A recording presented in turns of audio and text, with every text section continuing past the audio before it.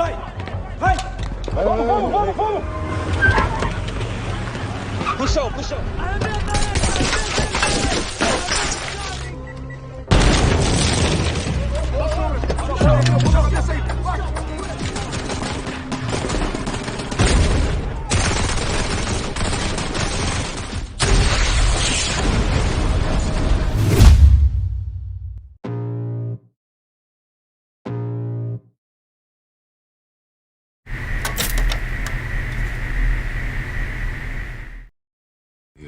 Entrando na zona de ataque.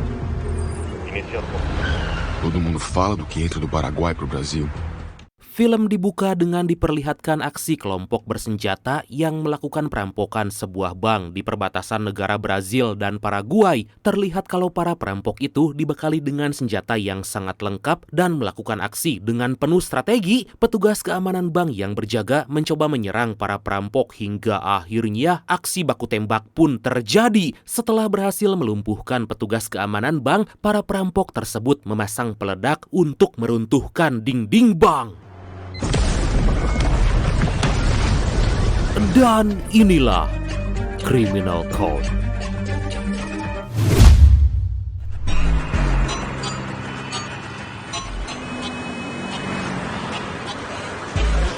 Pada siang hari sebelum perampokan terjadi, seorang polisi bernama Benicio terlihat lagi mencoba mengungkap siapa pembunuh rekan polisinya bernama Santos yang meninggal 3 bulan yang lalu. Benicio menemui seorang penduduk setempat untuk menanyakan seseorang bernama Soles yang diduga terlibat dalam pembunuhan Santos. Di sana tiba-tiba Benicio dihubungi oleh atasannya bernama Rossi yang memarahinya karena mangkir dari tugas penyidikan penyelundupan narkoboy. Boa sorte com isso. Kemudian kita dikenalkan dengan seorang anggota polisi cantik bernama Sulen yang mendapat tugas dari atasannya bernama Vladimir agar menjadi rekan Benicio. Dia akan bertugas menemani Benicio yang sering kehilangan fokus saat melakukan penyidikan sebuah kasus.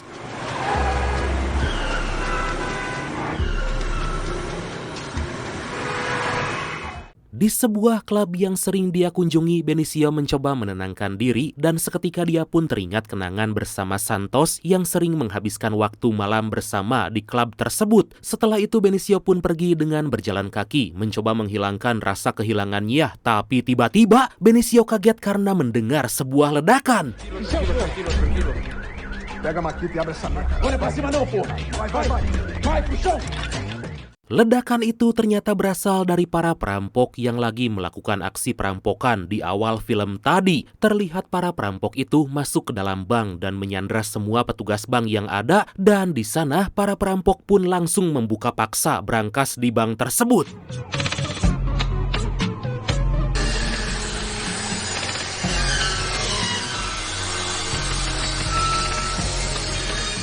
Tentu para polisi segera menuju TKP, tapi saat di perjalanan tiba-tiba mereka ditembak oleh sniper yang ternyata bagian dari para perampok. Wah, gila sih ini perampoknya. Dikarenakan terdesak, mereka pun memutuskan untuk balik arah dan mengambil jalan yang lain. Kembali ke dalam bank, para perampok yang telah berhasil membobol brankas tiba-tiba kaget karena ternyata semua uang yang mereka incar gak ada di sana. Pimpinan perampok berkata kalau berdasarkan denah bank dan informasi yang dia terima, seharusnya semua uang itu ada di sana. Mereka pun langsung menanyakan kepada petugas bank dan ternyata semua uang itu disimpan dalam brankas lantai atas hingga mereka pun segera pergi menuju ke tempat tersebut. Dan ternyata brankas itu dilapisi dengan bahan yang tebal dan butuh peledak yang besar.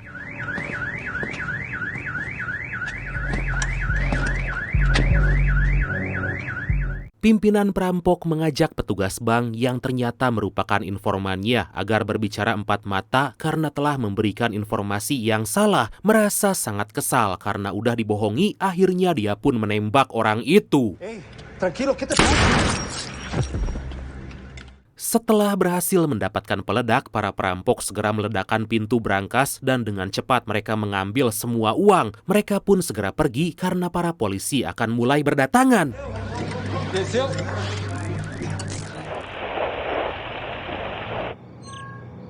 Aksi perampokan tersebut berhasil direkam oleh netizen dan langsung diupload ke media sosial. Sulen yang melihat itu merasa miris karena kejadian tersebut tepat di perbatasan. Dikarenakan mendapat tugas untuk melakukan penyidikan penyelundupan narkoboy, Sulen berkata kepada suaminya yaitu Fernando kalau dia akan pergi bersama Benicio. Gak lama Sulen akhirnya sampai di rumah Benicio dan mereka segera pergi ke daerah perbatasan untuk mencari para perampok.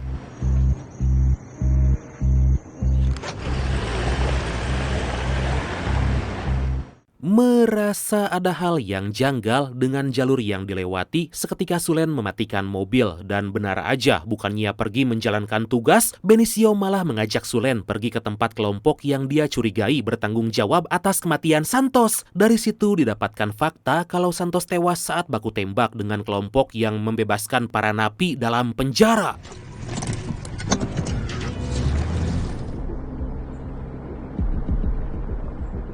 Gak lama mereka pun tiba di tempat yang Benicio maksud, tapi sama sekali gak ada orang di sana. Setelah lama mencari, ternyata kelompok yang dicurigai lagi mengemas uang yang ternyata merupakan hasil perampokan bank. Melihat musuh dalam jumlah banyak dan bersenjata lengkap, Sulen langsung mengajak Benicio agar segera pergi dari sana.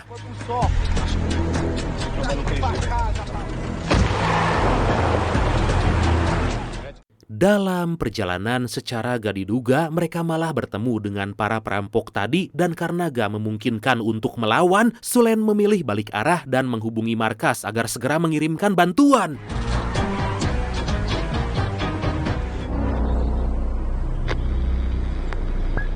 Vladimir mendapat informasi kalau kepolisian telah berhasil menemukan tersangka perampokan bank dan akhirnya Rossi pun ditunjuk sebagai pemimpin untuk menangani kasus itu. Rossi menyarankan agar menempatkan polisi militer di jalur yang akan dilalui para penyeberang dari Paraguay dan menugaskan semua anggota agar patroli siaga.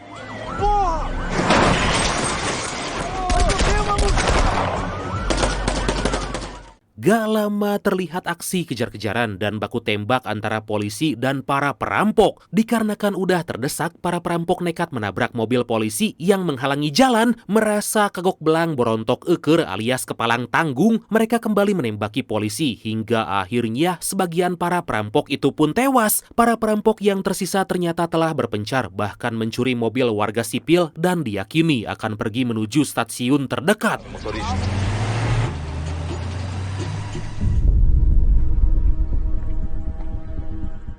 Mengetahui kalau para perampok akan menuju stasiun, Benicio dan Sulen segera pergi untuk menyergap. Terlihat kalau mereka udah sampai di stasiun dan langsung mengecek setiap bis yang berangkat. Lebih ke terminal kali ya, bukan stasiun. Benicio curiga dengan seseorang yang terlihat sangat tegang dan melihat kalau sepatu yang dia gunakan penuh dengan tanah. Dia pun langsung mengajak orang itu agar keluar dari dalam bis. Ternyata tas orang itu penuh dengan narkoboy hingga dia pun langsung diborgol. Dalam terminal kita diperlihatkan dengan Sules yang membawa tas berisi uang penuh hasil perampokan bank yang akan dititipkan kepada rekan rampoknya bernama Karimbo. Tapi karena di sana banyak polisi, Sules pun memasukkan tas itu ke dalam tong sampah. Merasa curiga dengan gerak-gerik Sules, polisi langsung membawanya ke kantor untuk dimintai keterangan.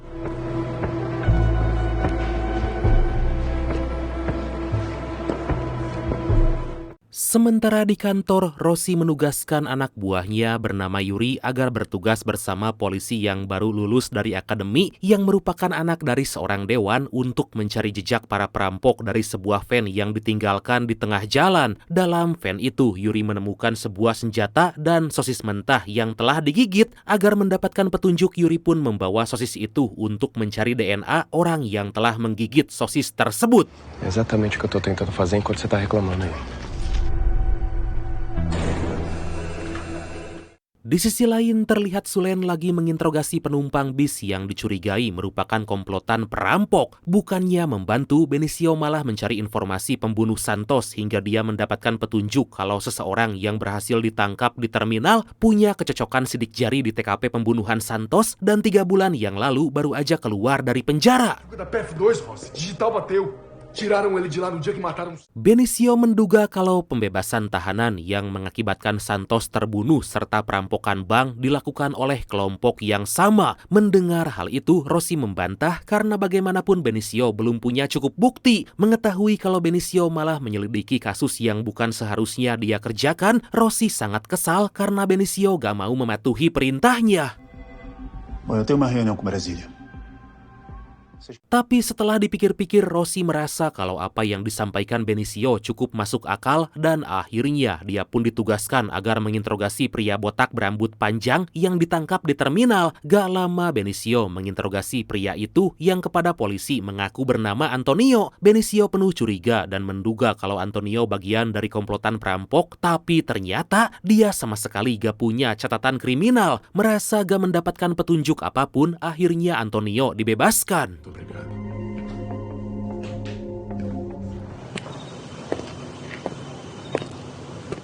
Beberapa saat kemudian, Yuri memberitahu Rossi kalau dia menemukan sebuah sosis yang kemungkinan digigit oleh perampok dan bisa dicari DNA-nya. Rossi pun segera menemui petinggi polisi untuk melaporkan hal itu. Meskipun dalam prosedur kepolisian Brazil, pencarian DNA gak pernah dilakukan untuk mengungkap kasus perampokan, tapi akhirnya petinggi polisi itu mengizinkan dan memerintahkan Rossi agar segera melakukannya. Di sisi lain, kita diperlihatkan dengan seorang polisi bernama Moriera yang mendapat pesan dari Rossi berisi foto terduga pelaku perampokan. Moriera menjelaskan kalau pria botak itu adalah Sules yang merupakan komplotan perampok. Mendengar hal itu, Benicio sangat marah karena baru aja melepaskan orang yang selama ini dia cari. Iya. Eu acho que ele é o assassino dos Santos.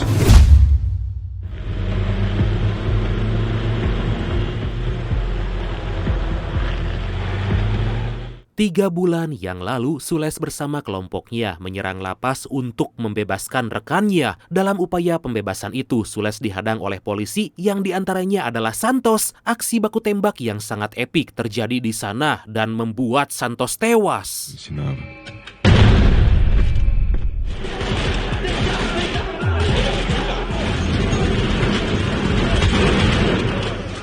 Keesokan harinya, Rossi mengumpulkan para anggota yang bertugas menangani kasus perampokan bank. Kemudian dia memberitahu kalau saat ini kepolisian perbatasan telah mendapatkan sorotan dan respon positif dari markas pusat. Saat asik menjelaskan, tiba-tiba Moriera masuk ke dalam rapat itu dan berkata kalau Vladimir menyuruhnya agar mengawasi proses penyidikan kasus perampokan. É a União da Paraguai, né? Rossi menjelaskan kalau saat ini setiap geng bekerja sama dalam melakukan kejahatan. Sontak polisi yang kita sebut aja Ali aja lah ya, sesuai request dari Brad kita yang satu ini, bertanya karena dia gak paham dengan apa yang Rossi maksud. Benicio pun mencoba menjelaskan bagaimana setiap geng bisa bekerja sama dalam melakukan aksi kejahatan. Kemudian Benicio menerangkan kalau setiap kejahatan yang dilakukan geng itu membuat polisi terpecah fokusnya dalam menangani kejahatan. Ali bertanya lagi apa peran organisasi dalam geng tersebut hingga Moriera berkata kalau organisasi bertugas untuk mengkoordinir semua geng itu. Masa gitu aja nggak paham sih? Aduh. Ainda mais o cabeça cara como mamute sem alma. Sementara itu Sules yang udah pulang bertanya pada Karimbo di mana tas berisi uang hasil perampokan. Menyadari kalau Karimbo berbohong, Sules langsung menembaknya dan akhirnya dia pun mengaku kalau semua uang itu telah dia gunakan untuk membayar hutang. Karena kesal uang hasil perampokan habis, Sules pun langsung menghabisi Karimbo. Di sisi lain, saat akan pergi ke TKP, Moriera mendapat saran dari Sulen kalau mereka perlu membuat rencana untuk menahan Moriera agar tetap berada di kantor. Benicio curiga karena Moriera bisa menyusup ke organisasi gangster dan menduga kalau bisa aja Moriera bagian dari gangster. Benicio juga mendapat informasi kalau saat ini Moriera diskors karena ikut terlibat dalam sebuah jaringan kejahatan. Tapi Sulen mengatakan kalau itu kemungkinan hanya gosip karena bagaimanapun Vladimir lah yang telah mengirimnya ke sini. Dizem que ele tá suspenso porque fez uma merda. Tiba-tiba mereka dihampiri oleh Rossi yang berkata bahwa Benicio dan Sulen dipilih memimpin penyidikan kasus perampokan dengan syarat jangan sampai ada pembangkangan. Mereka pun sangat senang dan berjanji akan bekerja sebaik mungkin sampai kasus itu terungkap.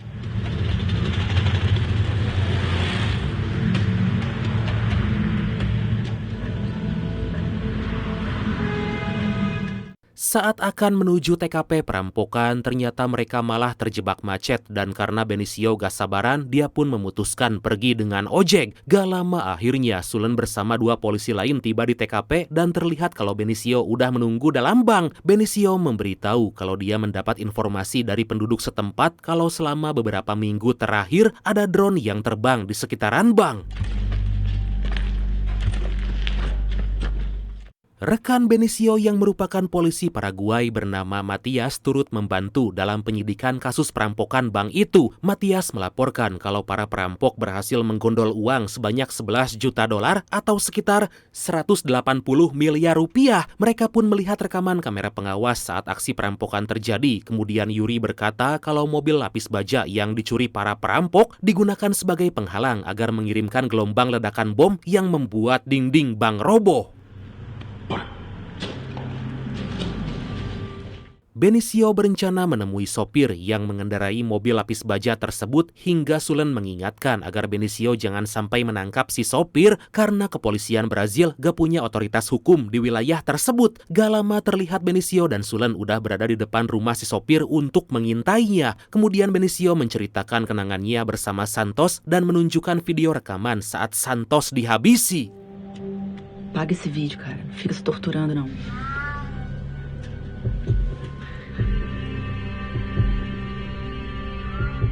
Saat si sopir keluar rumah, tiba-tiba dia dibawa oleh seseorang yang langsung membawanya ke dalam mobil. Melihat itu sontak Benicio dan Sulen pun langsung tancap gas mengejar mobil tersebut hingga aksi kejar-kejaran pun terjadi. Gak lama mobil yang membawa orang yang Benicio incar itu tiba-tiba tergelincir dan menabrak tumpukan peti kayu. Benicio pun segera menyelamatkan si sopir dan membawanya pergi dari sana. Beberapa saat kemudian, Benicio dan Sulen lagi menginterogasi si sopir yang bernama Juarez agar menyebutkan siapa dalang di balik perampokan bank. Juarez berkata kalau dia sama sekali gak kenal para perampok, bahkan gak menduga kalau seorang penjaga akan ditembak mati. Juarez memberitahu kalau dia pernah melakukan pertemuan dengan seseorang di sebuah rumah tapi lupa namanya. Lo único que sé es que nos encontramos en una mansión. Benicio terus meminta agar Juarez mengingat lagi siapa nama orang yang dia temui. Sontak Juarez pun berkata kalau ciri-ciri orang tersebut adalah tunggu kiris,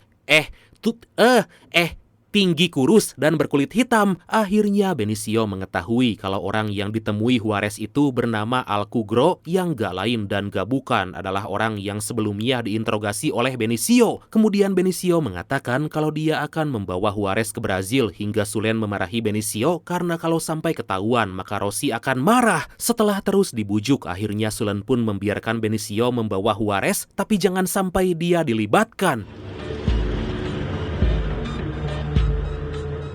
Gak lama Sulen tiba di rumah yang Juarez sebutkan, tapi Benicio gak ikut. Gak lama Rossi yang udah mendapat informasi soal rumah para perampok pun tiba dan mereka semua langsung masuk ke dalam rumah tersebut. Rossi pun memuji Sulen karena berhasil menemukan rumah yang dijadikan tempat berkumpul para perampok karena di sana terdapat banyak sekali sidik jari dan DNA. Para polisi pun mengumpulkan semua jejak DNA agar nantinya bisa mengidentifikasi siapa aja yang telah melakukan aksi perampokan.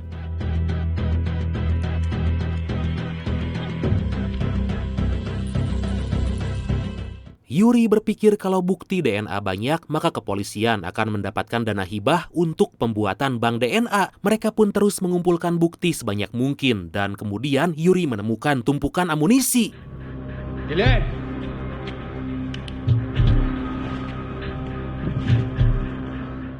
Di sisi lain, Benicio ternyata lagi menginterogasi Alcugro untuk menanyakan siapa yang telah membunuh Santos. Jawaban Alcugro tetap sama kalau dia gak tahu siapa pembunuh Santos dan gak pernah membunuh Santos. Sebelum pergi, Benicio mengancam kalau pengadilan akan memutuskan bahwa Alcugro bersalah dan dia akan membusuk di penjara kalau gak memberitahu siapa yang telah membunuh Santos.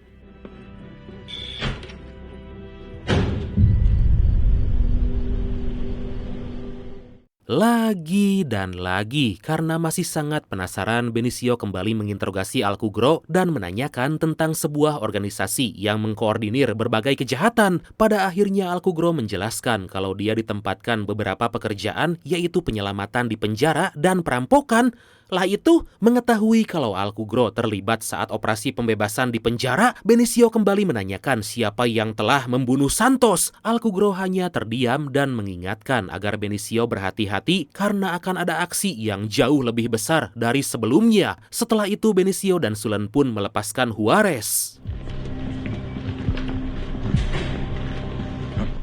Keesokan harinya, terlihat Sules menemui salah seorang yang berpengaruh di organisasi bernama Bigode untuk minta bantuan karena telah kehilangan sebagian besar uang hasil perampokan dan kehilangan banyak anggota. Kemudian Bigode menghubungi pimpinan organisasi bernama Sheikh dan Sules pun berterima kasih karena udah memberinya kesempatan untuk tergabung dalam naungan organisasi. Bigode pun memerintahkan Sules agar melakukan perampokan lagi karena organisasi membutuhkan uang sebanyak $30 juta atau hampir senilai 500 miliar rupiah. Uang tersebut akan dipakai menyuap duta besar perbatasan agar kesepakatan tetap berjalan dan organisasi gak akan dibubarkan. Sem alma tá destravado. Fechou? Di sisi lain, para polisi berusaha keras mencari DNA dari barang bukti. Dibantu tim Inavis, akhirnya DNA tersebut berhasil ditemukan dan berhasil mengidentifikasi para perampok. Benicio yang baru aja tiba di kantor, tiba-tiba mobilnya dipasangi GPS oleh Moriera. Entah apa tujuannya, tapi Benicio dan Moriera satu sama lain saling menaruh curiga. Yuri dan tim Inavis menjelaskan hasil temuan mereka yang berhasil mendapatkan 15 sampel DNA yang ternyata terhubung dengan banyak kasus kejahatan lain. Dari situ didapatkan fakta kalau para perampok bank itu ternyata terlibat dalam 10 kejahatan yang terjadi di Brazil. Yuri berkata kalau sampel DNA yang dia temukan cocok dengan DNA Alcugro dan satu lagi DNA yang ditemukan saat Santos terbunuh juga sama dengan orang yang sebelumnya pernah Benicio interogasi, yaitu Antonio atau Soles. Ternyata karena sebelumnya gak ditemukan bukti apapun, Alcugro dinyatakan bebas, tapi beruntung Benicio datang tepat waktu dan kembali memborgol Alcugro saat baru aja menghirup udara bebas.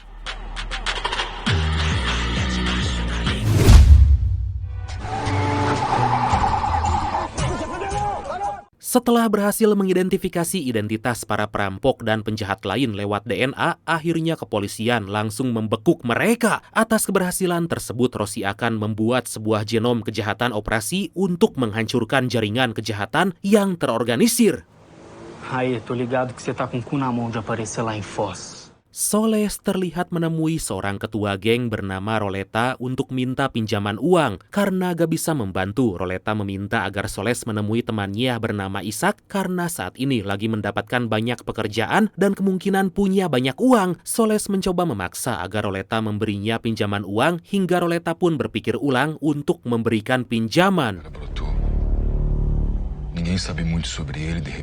Beberapa waktu kemudian, para polisi yang bertugas menyelidiki kasus perampokan mengadakan rapat dan terlihat kalau Benicio masih terus bertanya-tanya dari mana Soles berasal dan kenapa dia bisa menjadi pimpinan perampok dan memimpin perampokan besar. Benicio membawa seorang profesor bernama Asunkau agar membantu menemukan peta penyebaran para perampok itu. Gak lama Asunkau pun langsung menjelaskan soal peta penyebaran perampok dan setelah mendengar penjelasan Asunkau, Sulen menemukan kalau salah satu terduga pelaku perampokan bank yang belum tertangkap itu ternyata adalah Roleta.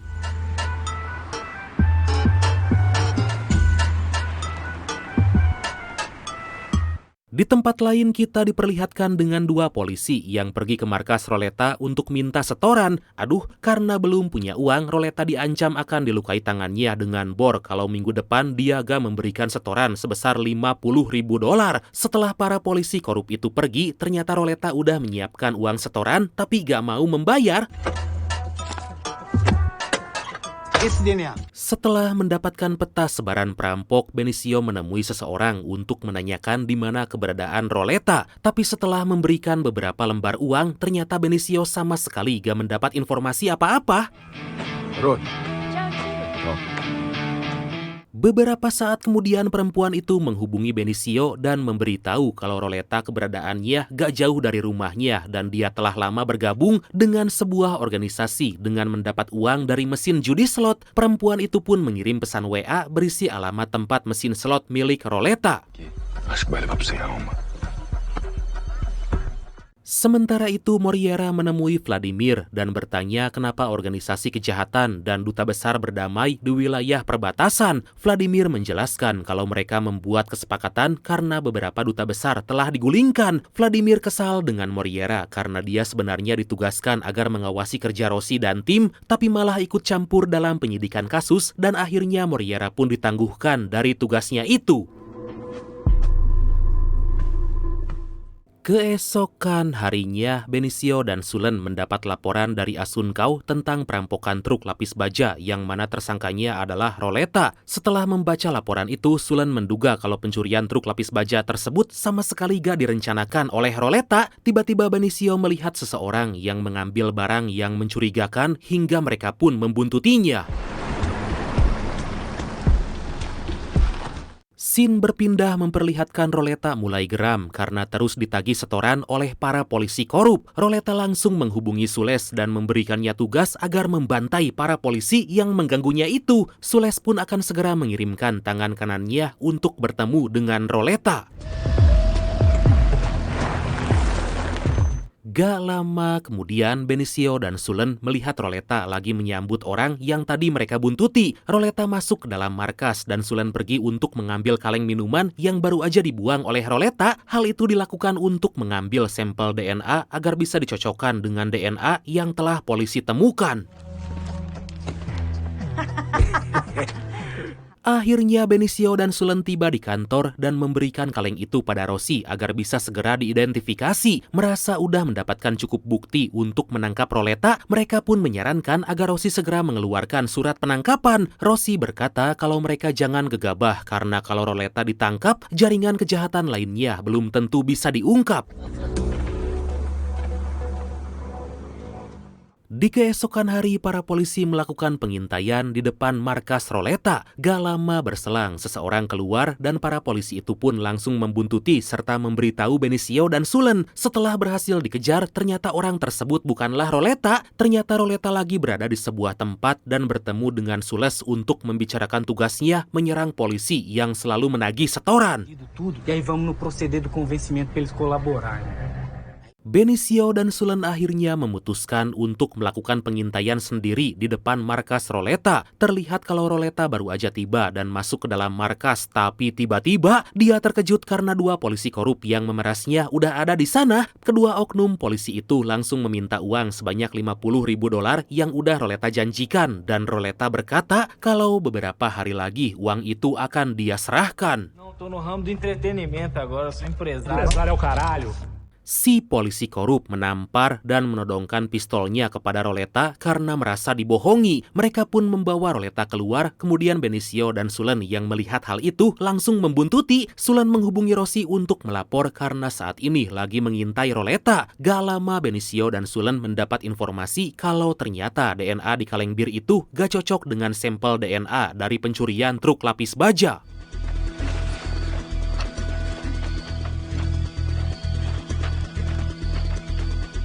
Dikarenakan belum mendapat surat perintah penangkapan, Benicio dan Sulen pun hanya bisa menunggu. Sulen menghubungi kantor agar segera mengirimkan bantuan karena kemungkinan lagi terjadi aktivitas ilegal. Pada akhirnya mereka berhasil mendengar pembicaraan Roleta dengan dua orang itu. Tapi tiba-tiba Sulen gak sengaja menginjak batu hingga aksi baku tembak pun terjadi.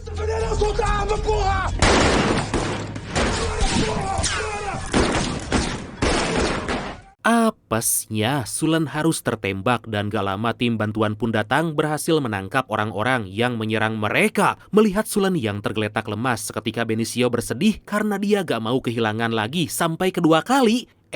Kayak lagu dangdut. Di keesokan hari, Benicio memberitahu Fernando kalau saat ini Sulen lagi menjalani operasi karena terkena tembakan saat bertugas. Mendengar hal itu, Fernando sangat marah dan Benicio hanya terdiam lalu minta maaf karena telah gagal menjaga Sulen.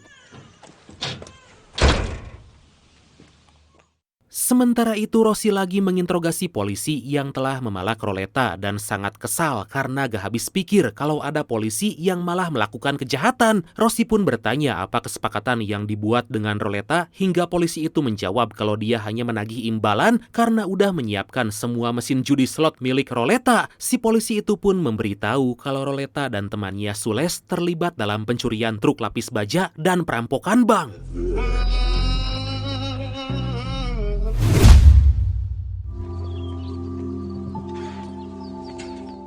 Scene berpindah yang memperlihatkan seorang manajer bank dikagetkan karena semua keluarganya telah disandra oleh Sules dan para anak buahnya. Diketahui kalau Sules akan merampok bank dan meminta agar manajer bank itu membantunya dalam aksi tersebut. Dan karena sangat ketakutan, si manajer bank itu pun akan menuruti semua perintah Sules.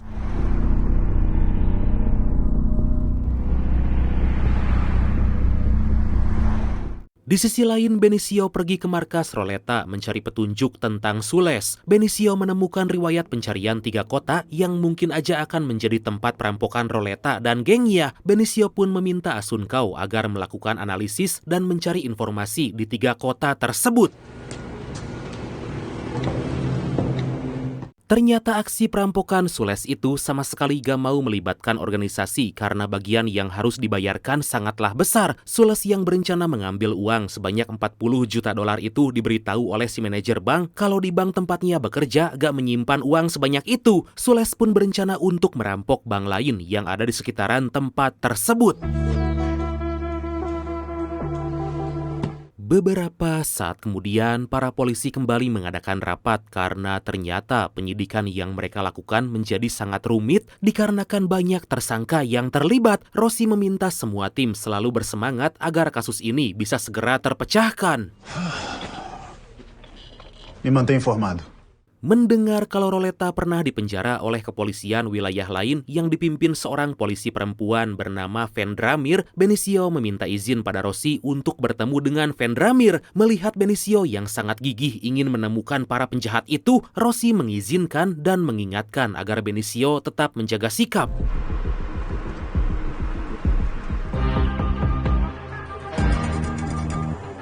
Akhirnya Benicio bertemu dengan Vendramir yang lagi kencan bersama gebetannya. Benicio pun memberitahu kalau dia butuh bantuan untuk mendapatkan laporan kejahatan Roleta dan gengnya. Karena udah malam, Vendramir meminta agar Benicio menemuinya lagi besok, tapi Benicio terus membujuk hingga akhirnya Vendramir pun luluh dan membawa Benicio ke kantor.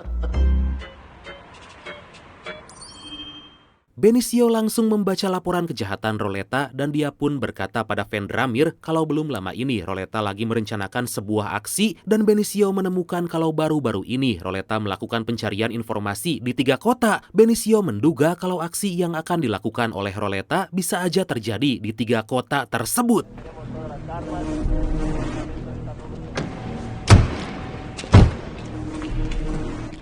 Sementara itu, Moriera menemui seorang mafia penjual senjata bernama C. Moriera memberitahu kalau dia adalah mantan anggota militer divisi artileri. C yang gak percaya langsung menodongkan senjata kepada Moriera dan memintanya agar merakit senapan AK-47 dalam waktu 1 menit. Gak hanya itu aja, Moriera diminta menembak sebuah lampu dengan tepat. Ternyata Moriera mampu merakit senapan itu bahkan dalam waktu kurang dari 1 menit dan menembak sasaran dengan tepat. C pun sangat terkesan dan berkata kalau dia akan menghubungi Moriera jika sewaktu-waktu ada misi yang harus dilakukan. Entah apa tujuannya, padahal Moriera merupakan seorang polisi yang saat ini bertugas mengawasi jalannya penyidikan kasus perampokan bank. Oh, itu mah cara-cara, Di sisi lain, Benicio terlihat lagi asik ngobrol dengan Vendramir dan di sana Vendramir bertanya apakah Benicio udah punya istri. Wah, Benicio pun menjawab kalau sampai saat ini dia masih sendiri dan baginya hidup sendiri jauh lebih baik dibanding punya pasangan. Vendramir sangat terpukau dengan Benicio dan mencoba menggodanya dan kemudian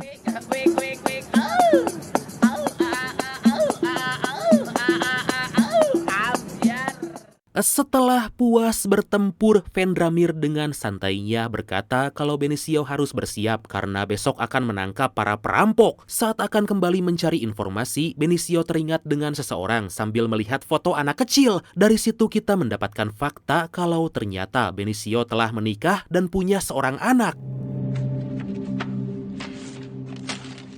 Benicio menandai peta lokasi yang diduga kuat akan terjadi aksi besar-besaran yang dilakukan para perampok. Akhirnya Benicio tersadar kalau 3 kota tersebut dilewati sungai dan sontak berpikir kalau kemungkinan mereka akan pergi lewat jalur air. Benicio pun segera pergi ke tepi sungai untuk mengamati jalur yang dia curigai itu. Setibanya di sana, Benicio pun menghubungi Asuncao menanyakan soal jalur sungai tersebut.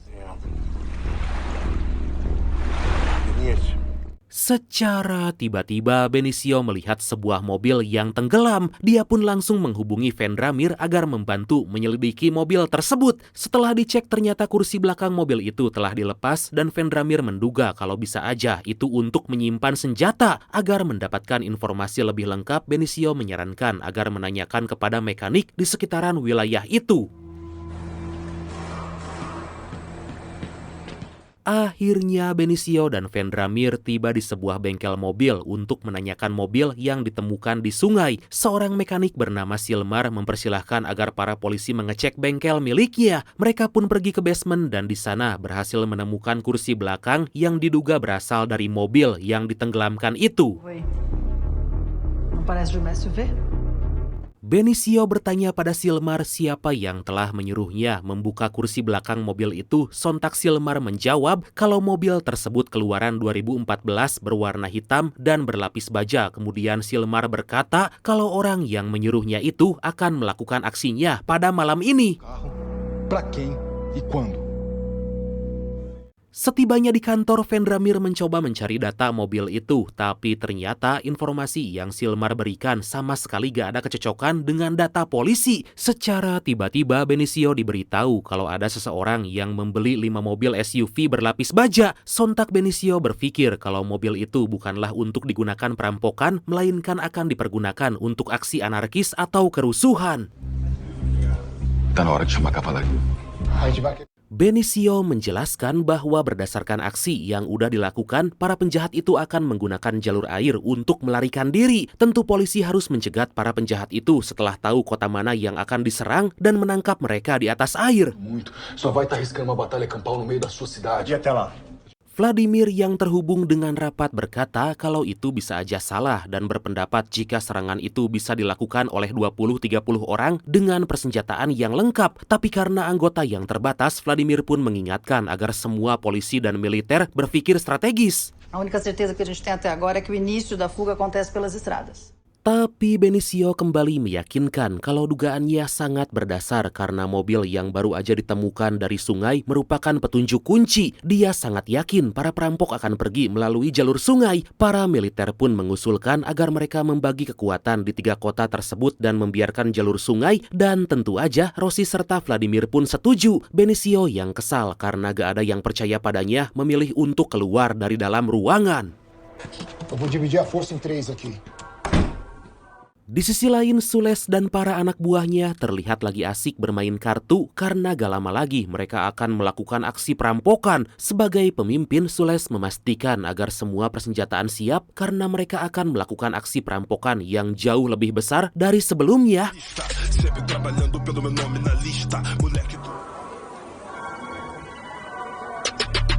Kini para polisi sangat kebingungan karena sampai detik ini belum tahu para perampok itu akan beraksi di kota yang mana. Kemudian Yuri yang terus mencari sampel DNA juga merasa putus asa karena beberapa bukti DNA yang dia temukan ternyata gak saling berkaitan dengan aksi kejahatan lain.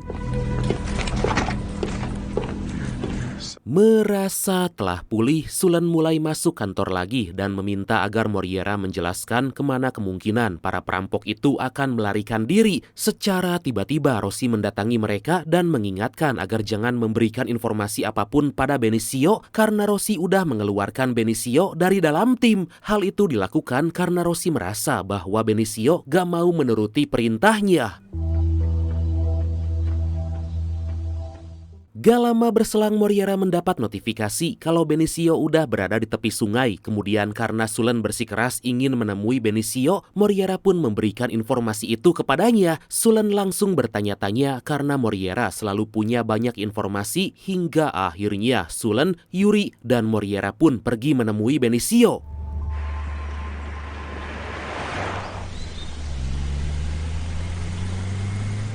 Dalam perjalanan, Sulen bertanya pada Yuri dan Moriera kenapa memutuskan untuk ikut karena kalau sampai ketahuan, Rossi bisa mengeluarkan mereka dari tim. Moriera berkata kalau dia gak terbiasa hanya berdiam diri di kantor. Setelah beberapa jam berkendara, akhirnya mereka melihat mobil milik Benicio. Kemudian Moriera pun segera melepaskan GPS yang dia pasang.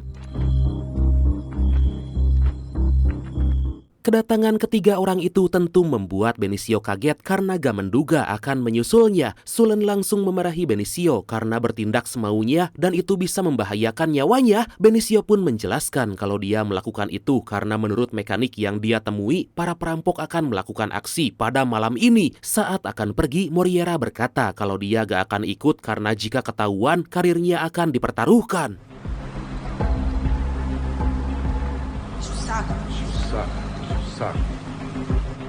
Keesokan harinya, ternyata para perampok belum beraksi dan karena gak membawa perbekalan, Sulen dan Yuri pun mulai kelaparan. Benicio yang membawa snack menawari mereka, tapi karena gak doyan, Yuri menolak. Gak lama dari itu, karena perut udah sangat lapar, Yuri pun terpaksa memakan snack tersebut.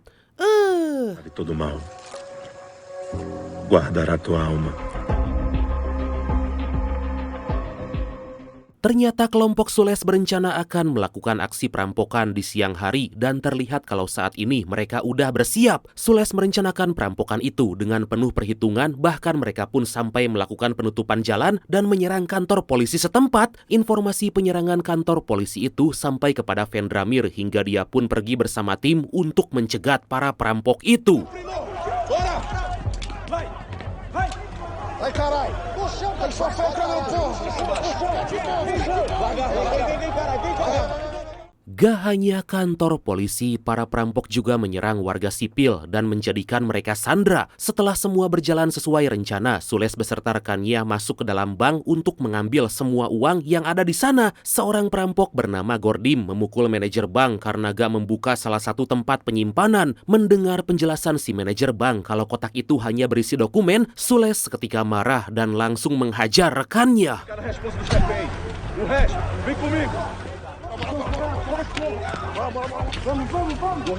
Setelah berhasil mengambil semua uang di bank, para perampok langsung bergegas merampok beberapa toko yang gak jauh dari sana. Kemudian karena gak terima dengan perlakuan Sules, Gordim pun memutuskan pergi lebih dulu dan berpisah sambil membawa beberapa tas uang hasil rampokan.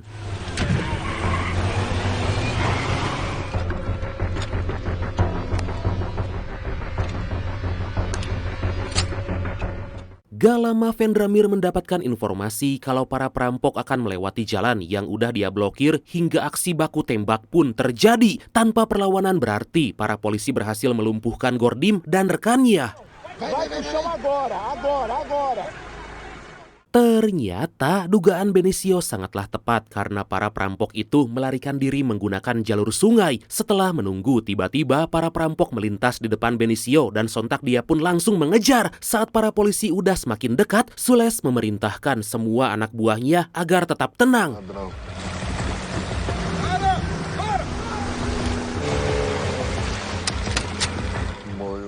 Para polisi langsung menodongkan senjata, kemudian seorang perampok mengaku sebagai nelayan dan saat akan menunjukkan ikan hasil tangkapan, ternyata dia mengambil senjata dan menyerang.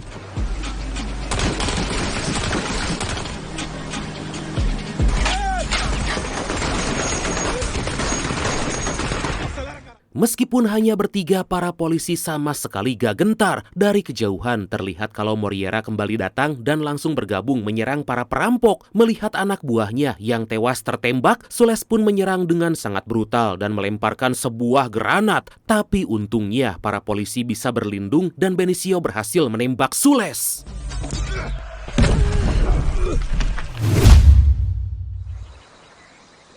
Vem.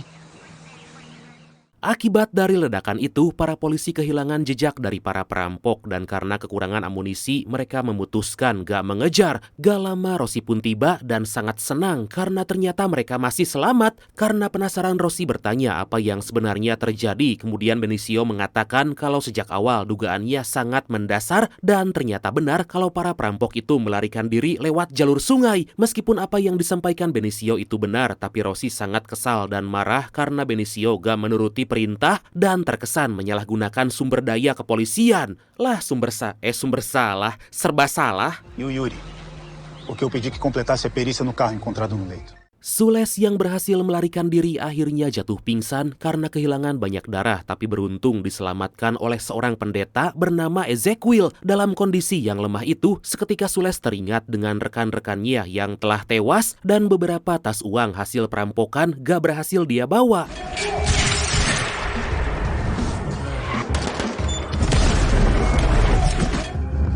E aí, como é que foi o trampo lá? Setelah sadar, Ezekiel mengingatkan agar Sules lebih dekat dengan Tuhan dan memintanya tinggal di gereja. Mendengar hal itu, Sules pun memutuskan untuk kembali membaca Alkitab yang jarang dia baca. Dan tiba-tiba, Bigode menghubunginya karena tahu kalau Sules hampir tertangkap polisi dan telah kehilangan uang hasil perampokan. Bigode berkata kalau Sules akan ditempatkan dalam pekerjaan lain. Kemudian Sules pergi dan meninggalkan setumpuk uang dalam gereja untuk pendeta. Para polisi yang udah beberapa hari ini melakukan penyidikan akhirnya memilih beristirahat sejenak sambil menyiapkan kembali strategi baru. Mereka menghabiskan waktu bersenang-senang sebelum mereka kembali ke rutinitas untuk mengungkap organisasi kejahatan yang bertanggung jawab atas semua kekacauan yang terjadi.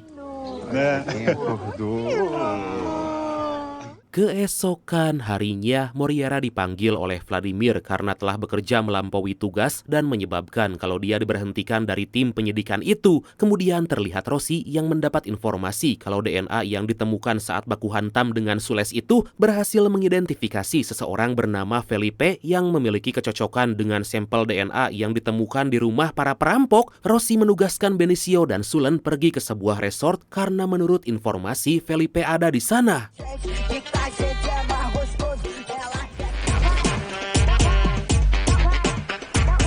Beberapa saat kemudian Benicio dan Sulen tiba di resort tersebut dan langsung membayar reservasi kamar. Mereka pun pergi memantau Felipe yang terlihat lagi asik bersama teman-temannya. Untuk mengetahui lebih dekat, Benicio dan Sulen pun memutuskan berkenalan dan bergabung bersama Felipe.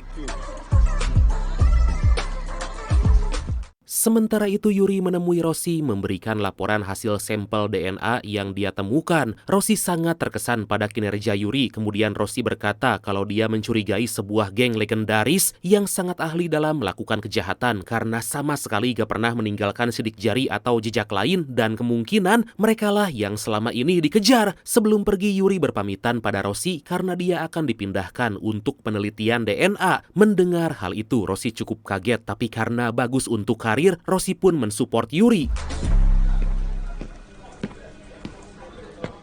Di sisi lain, kita diperlihatkan dengan pimpinan geng bernama Ishak yang memarahi anak buahnya karena menonton berita tentang penyerangan para perampok. Mendengar berita kalau Sules dituduh menjadi otak di balik perampokan bank dan pencurian mobil lapis baja, sontak Ishak pun tertawa. Dari situ kita mendapatkan fakta kalau otak di balik kejahatan tersebut adalah geng yang dipimpin oleh Ishak. Segura. Meu celular, palhaço. Espera, porra.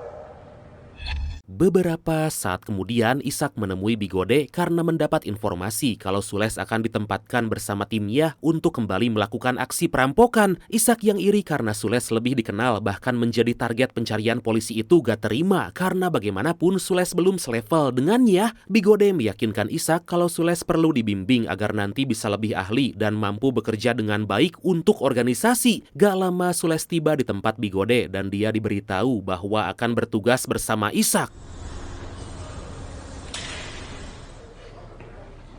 Um serviço de quem entende do assunto. Di sisi lain, Rossi memanggil seseorang bernama Amaro yang tahu terkait alat peledak yang para perampok gunakan untuk menghancurkan dinding bank. Tapi ternyata Amaro dijadikan tersangka dan dia pun diambil sampel DNA-nya untuk dicocokkan dengan sampel DNA yang telah ditemukan. Hal itu membuat Amaro bertanya-tanya karena gak menduga kalau dia dijadikan tersangka dalam aksi perampokan bank itu. Setelah diambil sampel DNA-nya, seorang polisi muda bernama Guilherme cukup tertarik dengan latar belakang Amaro hingga akhirnya dia pun mengajak ngobrol dan menanyakan beberapa hal pada Amaro. Di tempat lain, Benicio dan Sulen terlihat sangat menikmati kegilaan bersama Felipe dan mereka berhasil mendapatkan sampel DNA dari setiap orang yang dicurigai. Seseorang yang dicurigai bernama Chua cukup sulit untuk diambil sampel DNA-nya hingga akhirnya Benicio dan Sulen pun terpaksa masuk lebih jauh ke dalam circle mereka. Saat akan mengambil sampel DNA Chua, secara tiba-tiba Benicio diserang oleh orang gak dikenal, tapi geng Felipe ikut membantu dan ikut baku hantam dengan orang yang menyerang Benicio itu.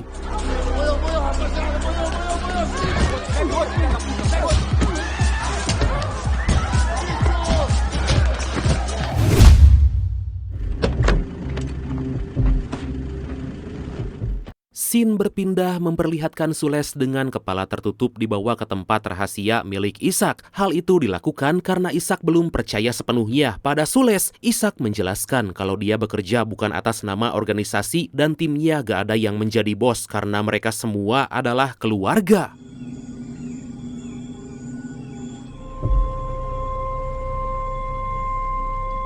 Keesokan harinya, Sulen menemui pacar Felipe bernama Cynthia agar bisa mendapat informasi terkait keterlibatan Felipe dalam aksi perampokan bank. Cynthia mengajak Sulen untuk memakai narkoboy hingga membuat Sulen menodongkan senjatanya kepada Cynthia. Karena diancam di penjara, Cynthia pun menjelaskan kalau Felipe dan Chua dikenalkan oleh seseorang bernama Turco yang menjual senjata dan mengenalkannya kepada Sules. Setelah mendapat informasi yang cukup, para polisi pun akhirnya menangkap Felipe beserta teman-temannya.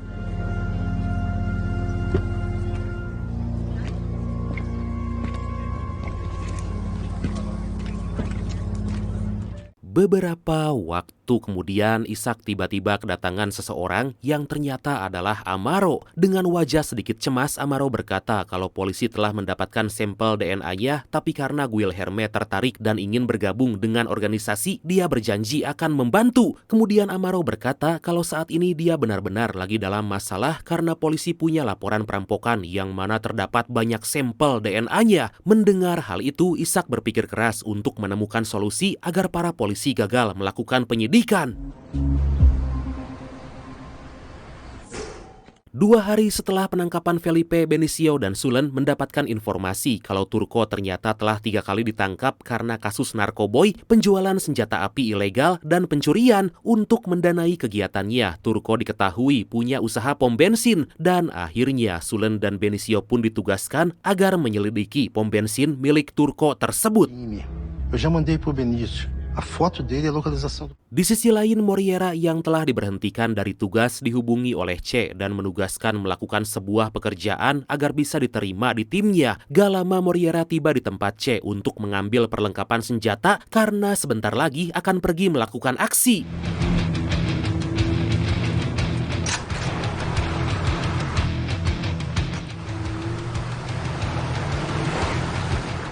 Gak lama akhirnya Benicio dan Sulen pun tiba di pom bensin milik Turco. Kemudian mereka langsung menemuinya dan menanyakan apa yang Turco ketahui tentang Sules. Secara tiba-tiba mereka diserang oleh sekelompok geng dan saat akan mencari orang yang menyerang itu, dari belakang Sulen terlihat akan ditembak, tapi salah seorang anggota geng ternyata malah menghabisi orang yang akan menyerang Sulen. Seketika Sulen pun terdiam dan penasaran siapa orang di balik topeng yang telah menolongnya itu.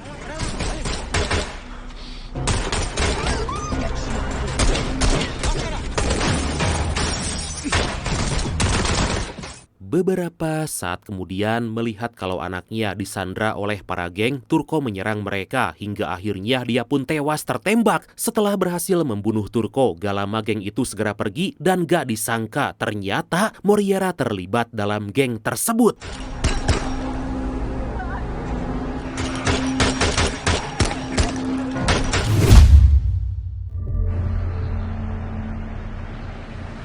Para polisi kembali melakukan penyidikan lanjutan karena Benicio menduga kalau para geng akan melakukan perampokan bank lagi karena untuk mendapatkan kembali uang yang hilang saat perampokan bank di perbatasan Paraguay. Dan karena hal itulah para geng belum melakukan pengambil alihan kota. Pengambil alihan kota di sini jadi para polisi itu mengira Brad kalau para geng akan membuat kerusuhan dan beraksi anarkis gitu. Benicio menganggap kalau Sules masih menjadi kunci dari semua perampokan yang terjadi. Tapi karena Turco telah tewas, para polisi pun kebingungan menelusuri jejak kejahatannya dan hanya mendapat informasi kalau Turco pernah lama ditahan di penjara hingga Benicio dan Sulen pun memutuskan akan mencari data napi yang ditahan bersama Turco.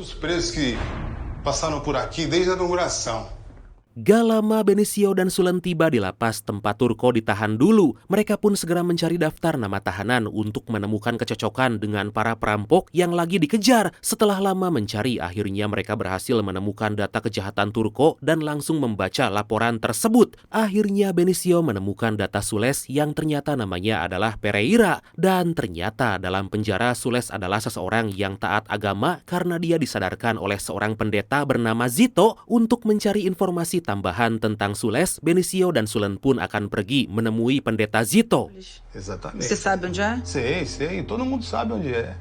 Beberapa saat kemudian, Benicio dan Sulen tiba di gereja tempat Zito beribadah dan mereka menanyakan latar belakang Pereira atau Sules. Zito berkata kalau Sules adalah pembunuh paling ahli di wilayah Sao Paulo dan karena hal itu dia sangat ditakuti dan dihormati. Sules berubah menjadi sangat taat karena dia menyukai seorang pengacaranya bernama Monica. Muito obrigada, Pastorcito.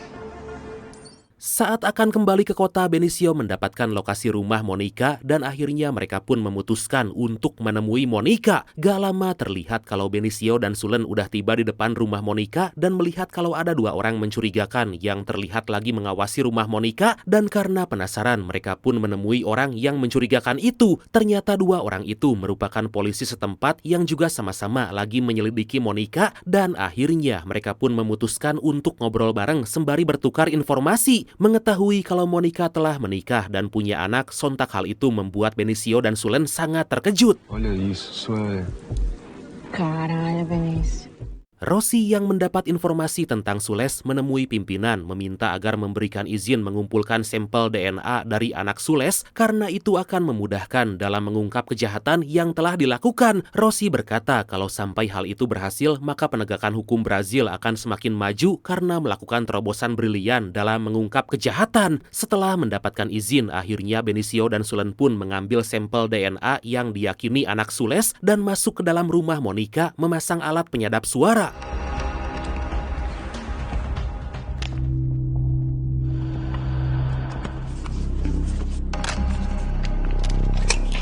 Di sisi lain, Guilherme ternyata berkhianat dan setelah mendapatkan uang dari Ishak, dia pun membocorkan informasi kalau saat ini Benicio dan Sulen lagi menyelidiki Monica untuk mendapatkan informasi tentang Sules. Ishak pun meminta agar Guilherme mencari tahu lokasi penginapan Benicio dan Sulen dan dengan hal itu maka Guilherme pun resmi diterima menjadi bagian dari tim Ishak.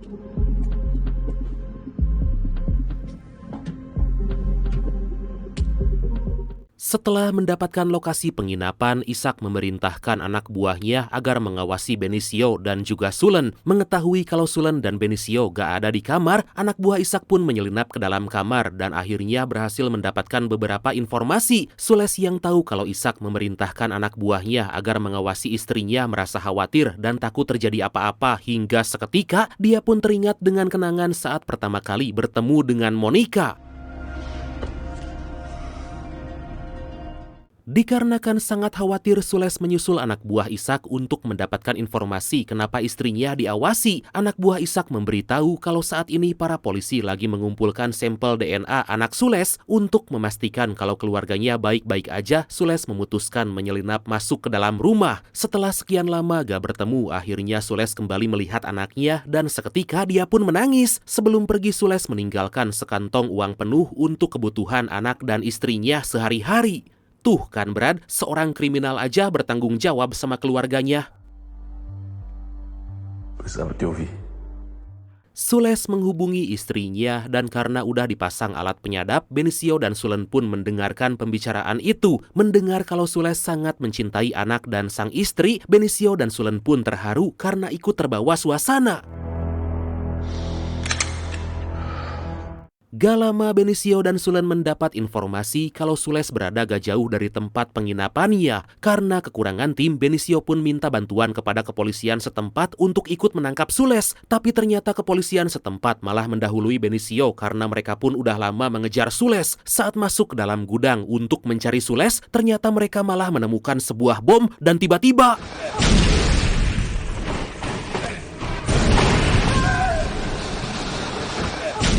Benicio dan Sulen sangat kaget dengan ledakan tersebut dan sontak mereka pun bersyukur karena belum sempat masuk ke dalam gudang. Dikarenakan 2 polisi tewas, akhirnya kepolisian setempat pun bersikeras menangkap Sules hidup atau mati. Sulen mencoba menjelaskan kalau Sules harus ditangkap hidup-hidup karena dia terhubung dengan organisasi kejahatan yang lebih besar. Akibat kejadian itu, Benicio menaruh curiga pada Moriera karena Sules bisa tahu kalau mereka lagi mengawasi anak dan istrinya. Sulen mengatakan kalau mungkin aja kepolisian setempat telah membocorkannya karena Moriera udah keluar dari penyidikan kasus itu. Keesokan harinya, terlihat Moriera yang udah berhasil masuk jauh lebih dalam ke sebuah geng memasang alat penyadap untuk mendapatkan petunjuk tentang organisasi yang dia incar. Oh, beruntung aksinya itu gak diketahui oleh C hingga akhirnya C pun mengajaknya untuk bersenang-senang. Di sisi lain, Ishak yang tahu kalau Sules telah menewaskan 2 polisi sangat marah karena akan membuat aksi yang dilakukan menjadi sulit karena polisi setempat pasti lebih waspada. Dengan sangat emosional, Sules mengatakan kalau dia melakukan itu untuk menyelamatkan keluarganya. Sules berkata bahkan kalau Ishak ikut mengusik, dia pun gak segan-segan akan dihabisi. Secara tiba-tiba, Sules mengancam akan menembak Ishak kalau dia masih aja membatasi pergerakannya. Gak lama Ishak dan tim pergi ke sebuah bandara yang udah mereka rencanakan untuk aksi perampokan yang sangat besar. Karena menggunakan mobil polisi, aksi mereka pun gak dicurigai dan gak perlu waktu lama, mereka pun berhasil melumpuhkan semua penjaga di sana dan langsung mengambil barang yang diincar yang ternyata sebuah box besar yang berisi 1 ton emas batangan. Untuk menghilangkan jejak, para perampok pun mengganti kendaraan mereka dan memindahkan semua emas hasil rampokan itu. Kemudian Sules pergi lebih dulu dengan menggunakan mobil ambulan menuju perbatasan Paraguay sambil membawa emas bagiannya.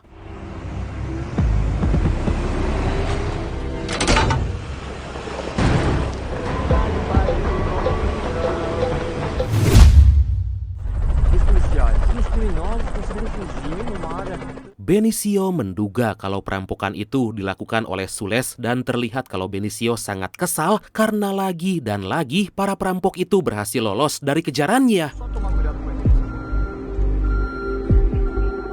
Dikarenakan di TKP sama sekali gak ditemukan sidik jari, akhirnya Benicio dan Sulen pun menginterogasi semua petugas bandara untuk mencari petunjuk. Melihat seorang petugas yang mencurigakan, Benicio pun terus mendesaknya hingga akhirnya ditemukan fakta kalau petugas itu menerima sebuah jam tangan yang digunakan oleh seorang perampok bank di perbatasan Paraguay.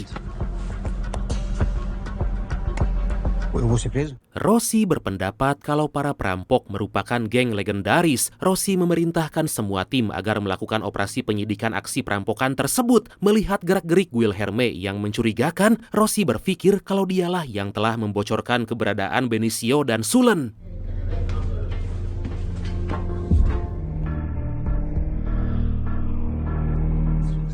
Menyadari kalau Rossi tahu ada orang dalam yang berkhianat, Guilherme menghubungi Ishak kalau dia akan keluar dari tim dan gak mau bekerja sama lagi. Sontak Ishak mengatakan agar Guilherme jangan terburu-buru mengambil keputusan karena besok Guilherme akan menerima uang darinya.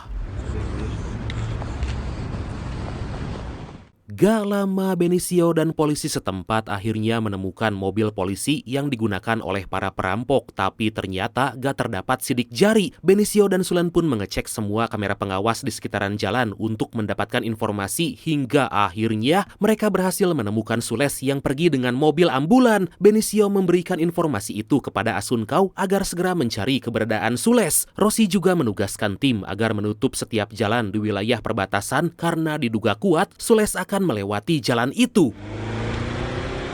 Suspeito está pegando em ambulância. Sadar jika polisi udah mencegat Sules mengambil jalan pintas dan sampai di sebuah lapangan udara untuk pergi menggunakan pesawat, terlihat para polisi yang baru tiba terus mengejar Sules hingga akhirnya mereka pun terlambat. Mengetahui kalau Sules berhasil lolos, Benicio sangat kesal karena lagi dan lagi dia harus kehilangan jejak dan gagal menangkapnya. Não, Benício, chega! Por que você tá entrando aqui, porra?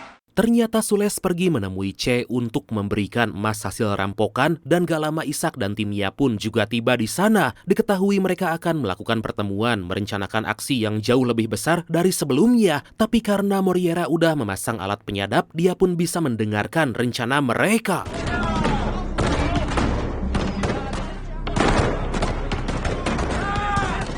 Gak lama Bigode pun tiba di tempat C, kemudian dia kaget karena ternyata di sana ada Moriera. Sontak Bigode pun memerintahkan anak buah C agar segera menangkapnya. Moriera memutuskan bersembunyi dan kemudian dia pun berhasil menembak anak buah C. Moriera kembali dikejar oleh anak buah C yang lain dan dia pun lari melewati jalur sungai. Para ketua geng itu memutuskan untuk segera pergi dari markas C karena pasti polisi akan segera datang.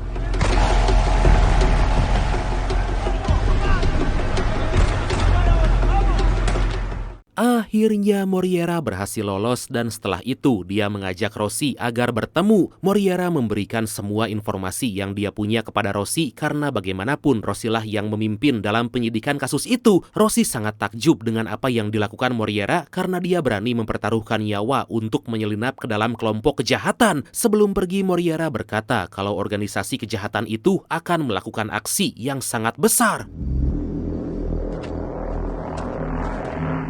Rossi kembali mengadakan rapat tertutup untuk menyampaikan informasi dari Moriera. Tentu Benicio yang masih menaruh curiga gak langsung percaya dengan informasi yang diberikan oleh Moriera. Melihat Sulen dan Rossi percaya pada Moriera, akhirnya Benicio pun gak punya pilihan lain dan akan mengikuti apa yang Rossi perintahkan.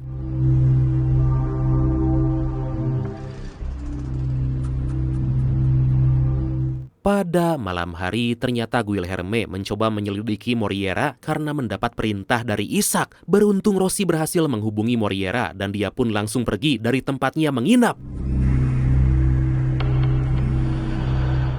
Kini para polisi terlihat lagi menganalisis informasi tentang rencana aksi besar yang akan dilakukan oleh para penjahat itu. Benicio menduga kalau para penjahat akan melakukan penaklukan kota hingga harus melibatkan militer. Setelah mengumpulkan beberapa informasi lain, para polisi menduga kalau aksi tersebut adalah untuk membebaskan pimpinan organisasi yaitu Sheikh yang saat ini lagi dikurung di penjara Paraguay. Beberapa saat kemudian, Guilherme memberitahu Ishak kalau para polisi udah tahu tentang aksi yang akan dilakukan. Karena gak ada cara lain lagi, Ishak pun memutuskan untuk menyerang para polisi agar bisa membebaskan Sheikh karena kalau sampai gagal, maka Sheikh akan diekstradisi. For your information ya Brad, ekstradisi di sini adalah suatu proses formal di mana seorang pelaku kejahatan diserahkan kepada suatu negara tempat kejahatannya dilakukan untuk diadili atau menjalani hukuman. Nah gitu Brad. Kepolisian Brazil di bawah pimpinan Rossi bekerja sama dengan kepolisian dan militer Paraguay untuk mengamankan konvoi saat membawa Sheikh. Rossi yang seharusnya ditugaskan oleh Vladimir untuk memantau aksi tersebut memilih turun tangan langsung ke lapangan menemani Benicio dan Sulen. Nah gitu dong. PSL, segue viagem pelo trajeto A.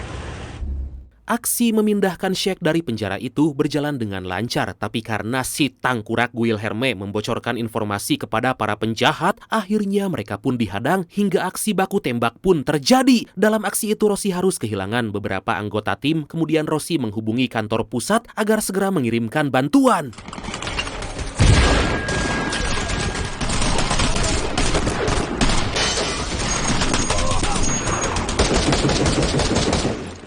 Saat aksi baku tembak berlangsung, tiba-tiba mobil yang membawa Shaq pergi karena ternyata polisi Paraguay juga telah berkhianat dan bekerja sama dengan geng penjahat itu. Melihat Sules akan kabur, Benicio dan Sulen pun segera mengejar karena itu merupakan kesempatan terakhir mereka untuk menangkapnya.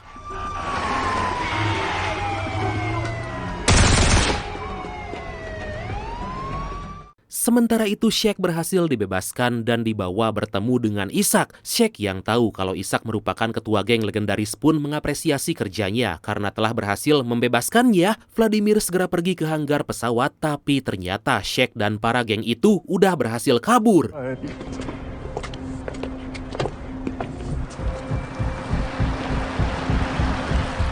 Di tempat lain, Sulen lagi mengincar C dan akhirnya baku tembak pun terjadi. Beberapa tembakan berhasil tepat mengenai C dan dia pun tumbang di hadapan Sulen. Di tempat yang gak jauh dari Sulen, Benicio yang punya dendam tersendiri pada Sules terus mengejar dan mencarinya.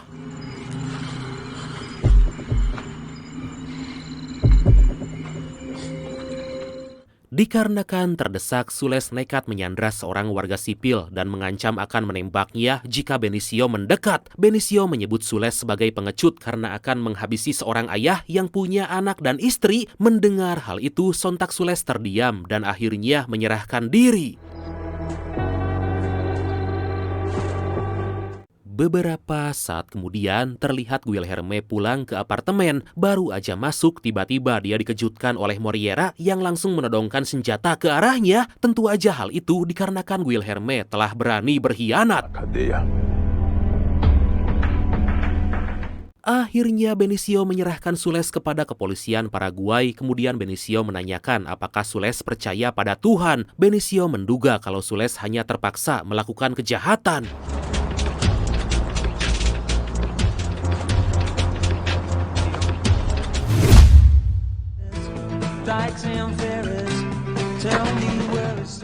Beberapa hari kemudian, keberhasilan kepolisian Brazil dalam mengungkap pelaku kejahatan berdasarkan sampel DNA itu mendapatkan respon yang sangat baik karena telah berhasil merevolusi penegakan hukum di Brazil. Kemudian karena keberhasilan itu, Rossi pun menjadi pemimpin untuk menjalankan misi penangkapan geng legendaris yang tentu aja diketuai oleh Ishak. Rossi juga diberi kebebasan untuk menentukan siapa aja anggota polisi yang berhak masuk ke dalam timnya itu. Dan akhirnya series atau film ini pun